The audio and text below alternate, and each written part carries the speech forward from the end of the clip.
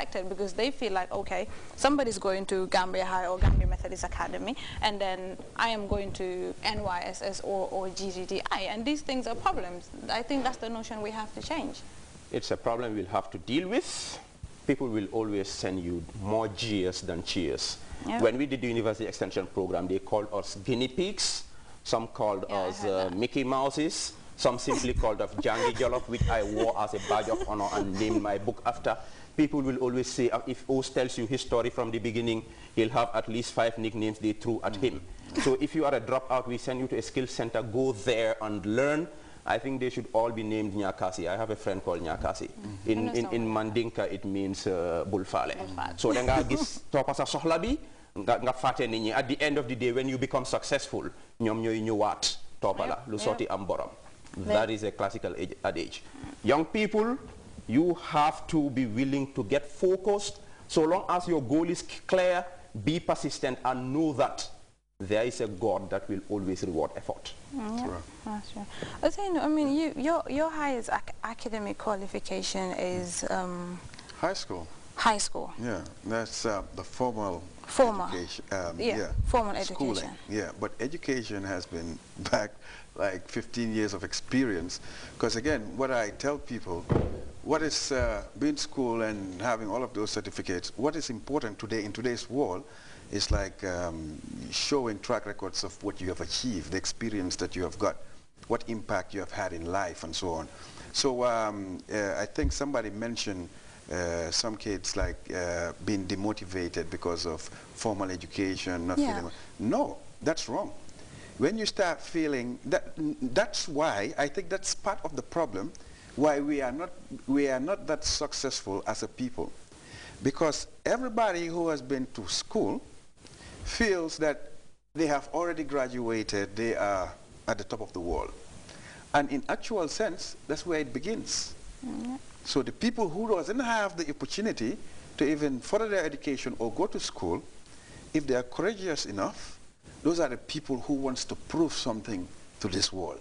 And those are the people who become successful, and those are the people who create employment, and those are the people who employ the educated, the schooled people as well. You were telling me you've got a high school certificate qualification, formal education. Right.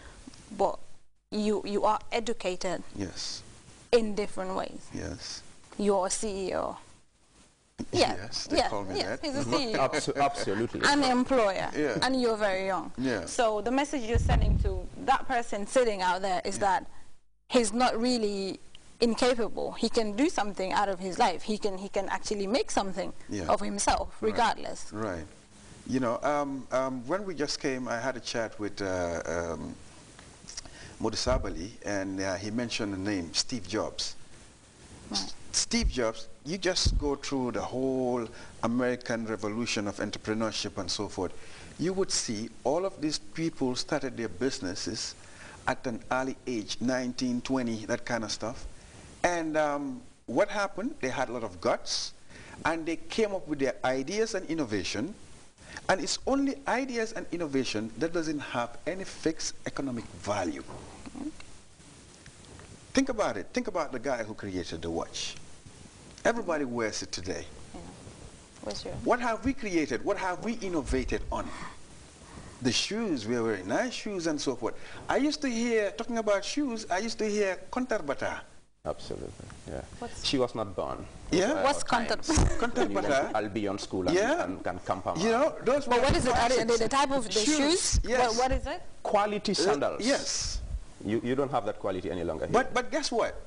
But today, we are buying those. When we travel, you go to these high stores and so forth, they've got those kind of shoes or sandals displayed in the display units. And Senegal, they're doing very well with all this slippers we're wearing for the haftans and so forth. What do we have today in Gambia that we would say we own? We need to start creating those stuff. We need to start challenging each other. You know, we need to start pushing that energy, that energy of support, that energy of ownership, that energy of success. How can we do that? We can only do that when we start identifying the strength amongst us and celebrate our successes. That's it. Before we leave, give us a quick briefing about Jangi Jollof. What's the highlight of that book? Jangi Jollof. Let me just pick on what O said here about innovation and making things before I go there. Okay. I mean, education has to be relevant. Education has to be able to fill the voids that are in our society here. Yeah. I mean, he thought of innovation. There was one guy who once told me this. He said, it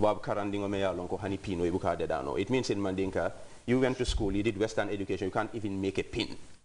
I mean, it may sound silly, but he made a point. Yeah. So maybe that's what motivated me to make something, and it's called books. So let me get there.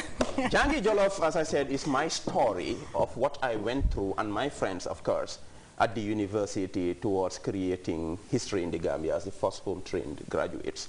There I tell of my humble background, coming from a family where my father was a dock worker at the ports, then Endusaku, Malok, Saku, Sukuriyu. My mother was a cleaner at the Department of Agriculture, was also selling porridge when we were in Banjul, Perseverance State. We moved to Lamin. And this is where our mothers beat us. They never look for excuses. She knows she has a child with a big stomach like me. She has to feel it. She doesn't give any excuses. When we moved from Banjul, she was at one point retrenched in 85 through the economic recovery program. She went to the market and started selling tomato lohari and jahatu and everything. But for us young people, the slightest, I'm a school dropout, that's it, end of life, I'm sorry, society has to pity me. No, you have to do something.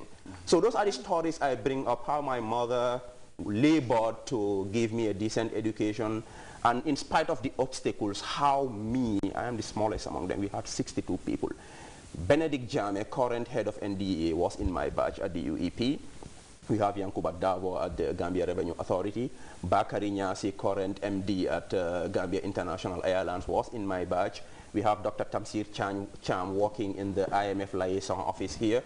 We have others doing PhDs everywhere around the world. We went through this. We had obstacles. We didn't have the law school with the beautiful buildings here. We were moving around, and that's why we were called Floating University. Today you are at Gambia College Brikama. Tomorrow you are at GTTI. You know, but in spite of all the shortcomings, we labored to make sure that the aspirations of the government in making university education a reality in the Gambia were met. We didn't advance any excuses. We went out there, labored with faith and persistence, and we were able to go through this and create history in this country as the first ever home-trained graduates.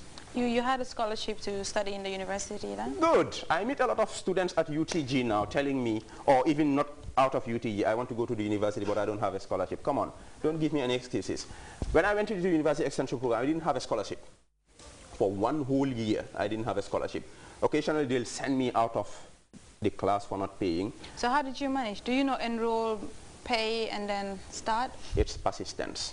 I got my enrollment. For some reason, I started. They didn't tell me to pay. Maybe they were busy setting up things. That's I'm a nice. very smart guy. I'm not a Sarahuli, I'm a Badibunka. I'm very smart. So I went into the class, kept quiet, and made sure I had the best grades in those days. When they sent me out, I went to Antres Ndongjata. Then she was permanent secretary at education. She would tell me, no, don't worry, go, I'll talk to them. It was only after a whole year of going there without a scholarship, without fares. I lived in Lamin. I'll take these Jacarlo cars and come to Westfield and walk to MDI for my classes. It was only after 1 year that I got a scholarship. So we don't need excuses. You don't have a scholarship, go seek it. Last time I talked to a young guy, he said he's looking for a job, he couldn't get it. I said, come on, don't give me excuses. How hard have you tried? He said, I sent 14 applications. I said, how about sending 100 applications? Do that and see. Oh, that's true. I said, there is a God. If you persist, if you have faith, whatever you do, you will be rewarded. Either this year or next year or the following year. I have never seen anything that I have put my efforts into without seeing success at the end of the day. Now I've published 5 books. When I published my first one, I printed 1,000. I still have more than 500 books unsold. I could have stopped there and given up. But I didn't complain that Gambians are bad. They didn't buy my books. O said something here. You have to go out there. You cannot sit down here, there, expect people to come to you, and if they don't come, you get negative and angry. No, you have to go out there and create partnerships. Maybe it doesn't have to be a Sarahule with $1 million. It could be Aisha who can send me on a Unique FM Good Morning show, interview me, and a benevolent host will say, come on, I'm going to support him. So you have to do something. There can never be an excuse for failure. You will have to do something till your last breath before you can give us excuses.